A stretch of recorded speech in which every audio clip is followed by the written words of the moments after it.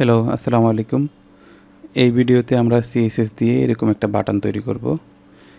এই ধরনের বাটন তৈরি করার ক্ষেত্রে সবচাইতে ট্রিকি যেটা পার্ট সেটা হলো কালার কম্বিনেশন বোঝা এবং লেয়ার বোঝা। এছাড়া হচ্ছে একটু হোভার ইফেক্ট কীভাবে করতে হয় এই জিনিসটা জানলে হচ্ছে এই ধরনের বাটন তৈরি করা যায়। এখানে HTML পার্ট তো খুবই সিম্পল। একটা বাটন নিচ্ছি আর একটা ক্লাস নিচ্ছি শ্যাডো কন্ট্রোল করার জন্য।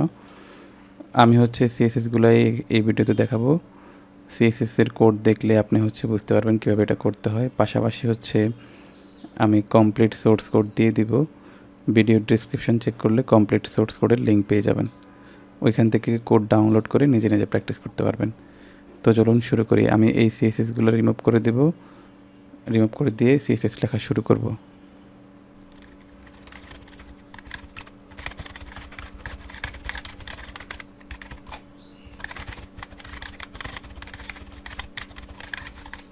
প্রথমে আমরা কিছু ভেরিয়েবল ডিক্লেয়ার করে রাখি।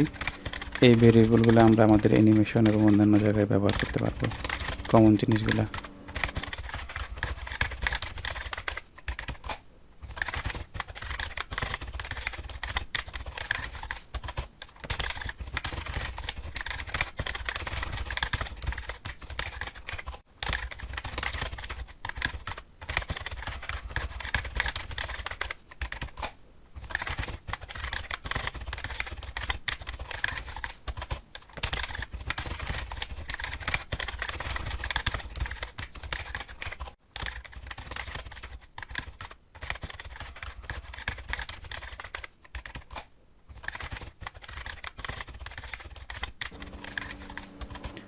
বাটনটাকে একদম সেন্টারে নিয়ে আসি আমরা।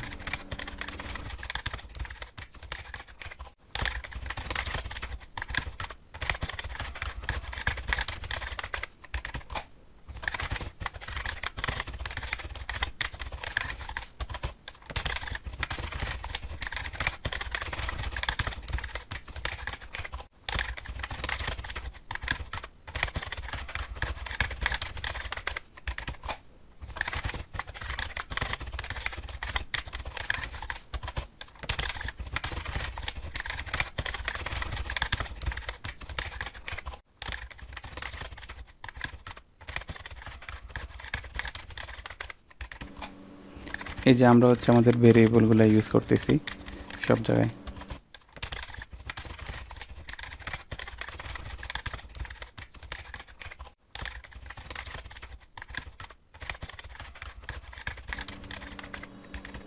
এই যে এখানে যেটা দেখতেছেন লিনিয়ার গ্রেডিয়েন্ট, এটা কিন্তু একটা কালার কম্বিনেশন।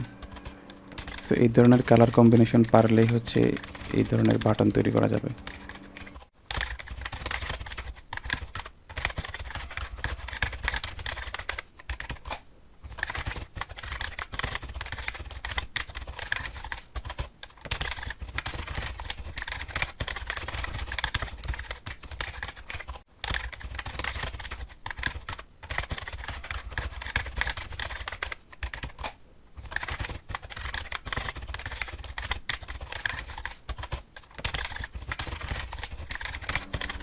এখানে বাটন অল আনসেট এটা সম্পর্কে কি আরও আইডিয়া আছে?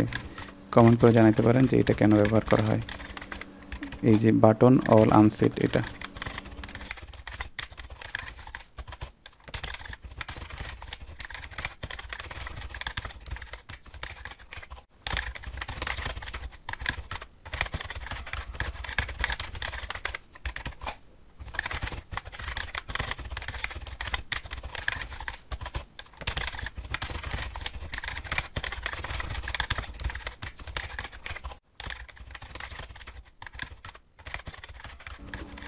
এখন আমরা বাটনের হোভার ইফেক্টটা ইউজ করতেছি।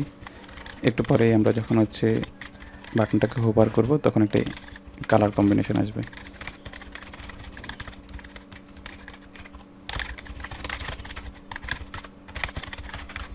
এই যে একটু আসছে।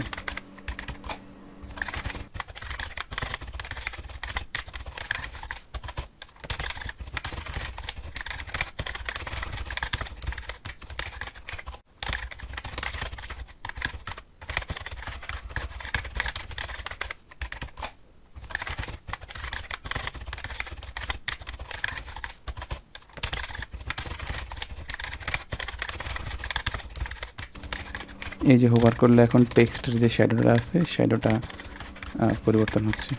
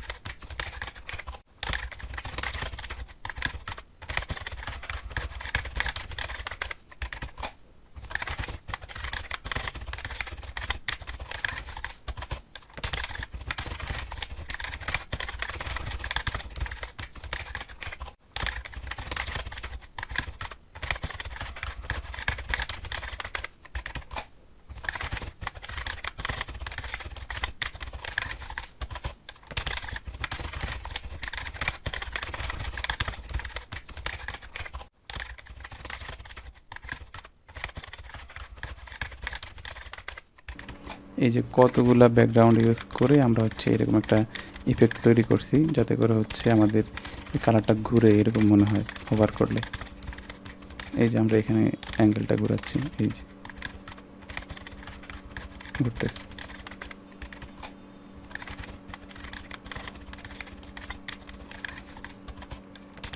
এখন আমাদের বাটনটা যে ক্লিক করলে কেমন হবে ওইটার রিলেটেড কিছু সিএসএস লিখতে হবে।